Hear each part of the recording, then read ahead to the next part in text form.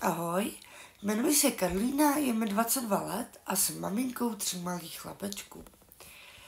Prošla jsem si 6letým toxickým vztahem a ráda bych to medializovala ještě víc.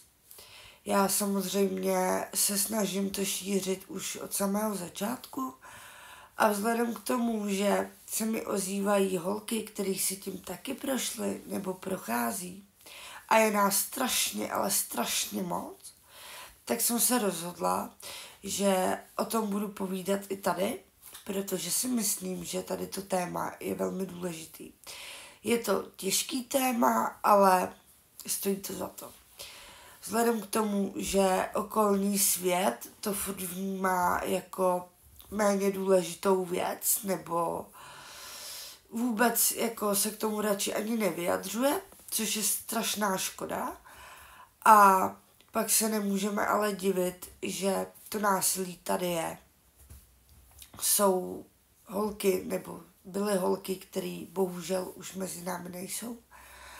A je to strašný, kolik lidských životů muselo vyhasnout jenom kvůli domácímu násilí.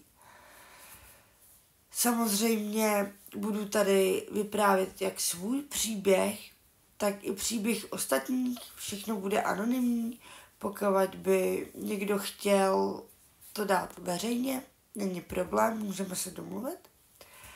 A budu ráda, když se tohle bude sdílet dál, aby to okolní svět začal vnímat a aby ty oběti dostaly alespoň trošku podporu a jistotu, že na to nejsou sami. Vždycky je řešení.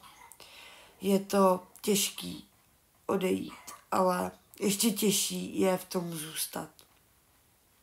Takže já se pokusím tady být pro vás, pokusím se vám to všem vysvětlit a určitě to spolu zvládneme.